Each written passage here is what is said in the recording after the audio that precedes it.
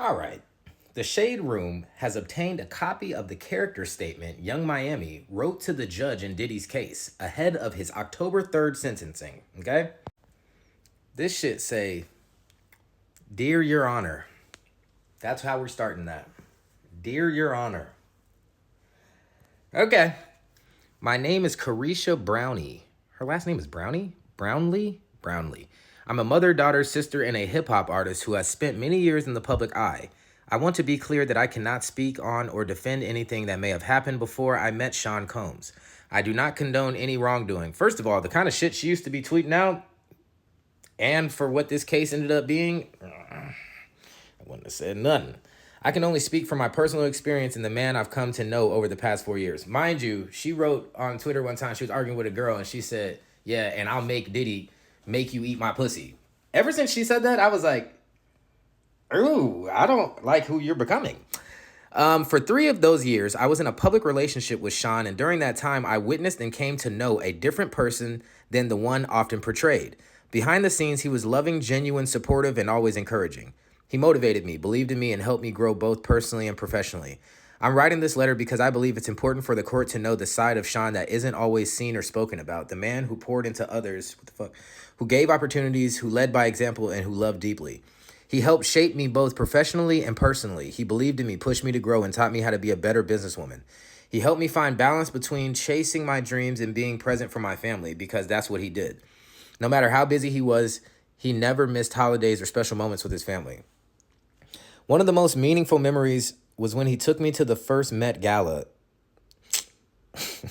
It wasn't just about the event. It was about what it represented. Sean has always made it a priority to open doors for Black people, to make sure we are seen, heard, and valued in spaces where we've historically been excluded, while exploiting people at the same time. But anywho, that night reminded me that we belong in every room, at every table, and in every conversation. He's constantly encouraged me and so many others to dream bigger, walk in confidence, and never shrink who we are to make others comfortable, even if that means I'll own your masters forever and never pay you what you are fucking deserved. Anywho, he also gave me a voice by providing me a platform on his network to speak for the culture and connect with people in a way that was real and authentic. That opportunity changed the direction of my career and showed me the impact one person can have when they choose to uplift others. Beyond all of that, I've seen him give back to his community over and over again. In 2022, we fed the homeless together on Thanksgiving, but that was just one example. There were so many moments where he gave quietly, privately, without cameras, because his heart genuinely wanted to help.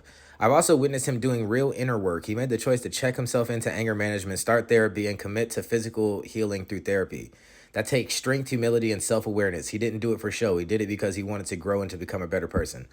In my personal experience, Sean is not a danger or a threat to the community. He is a man of God. He is a man of God, someone who uplifts, supports, and inspires those around him to be better mentally, physically, and spiritually. But more than anything, he's a father, and his kids are the ones who look up to him the most. They need him. His presence, love, and guidance matter deeply in their lives.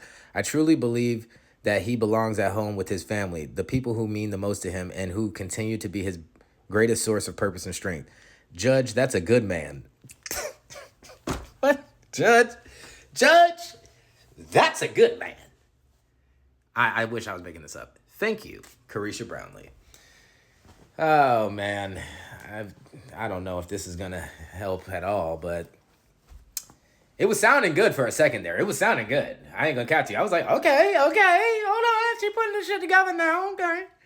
Even though I have my digressions against the two of them for, other shit. But this is Carisha trying to get Diddy a lighter sentence, when they read those. Oh, I'm about to go down a little baby rabbit hole. Like when they read those letters before somebody gets sentenced. Okay, remember Feds, the guy from that 70s show that used to wear the glasses and act all cool? Dude, he got hit with like a wild grape case, okay?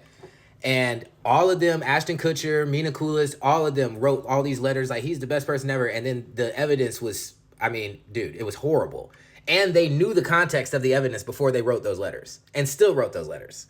Probably thinking that it wasn't going to become public, becoming a public view. But, yep, shows what they'll do on the back end to get their folks out now, wasn't it? Now, wouldn't it? But anywho, I'm talking a lot. We're almost at 5 minutes. Let me get the fuck out of here. Peace.